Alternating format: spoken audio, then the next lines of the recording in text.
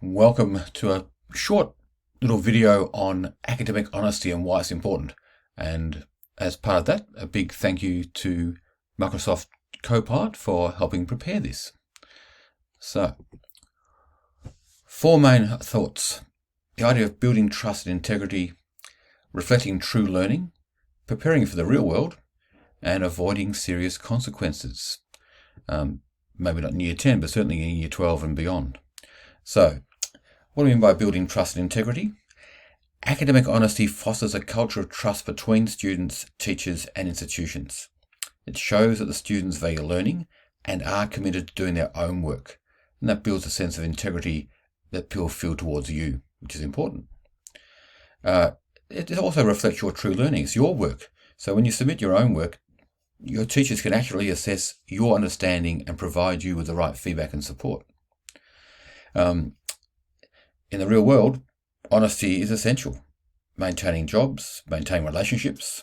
At the moment, with our crazy world, even getting citizenship of certain places or getting into certain places that you would think you could just fly straight into. And then, of course, avoiding serious consequences. Plagiarism and cheating can lead to disciplinary action. It can mean you fail your grades, or in some cases, and it certainly happens in universities, you get expelled from the university. So this is serious stuff. So what do we mean by academically honest? Well, you need to always cite your sources. In the second video, I'll show you about that. So if you're quoting, paraphrasing, or summarizing somebody else, you need to give credit, as I did at the start. This Copilot helped me do this. You got to do your own work. You can collaborate, that's fine, you're allowed to, but you need to make sure that what you submit for your work is yours. You may acknowledge those you've worked with, but you need to be giving your work in. Spell checkers, grammar tools are great. Often using AI to help you refine work is okay. You may need to check with teachers first. But using AI or websites to actually write your assignments just isn't permitted. That's someone else's work. It's not your work.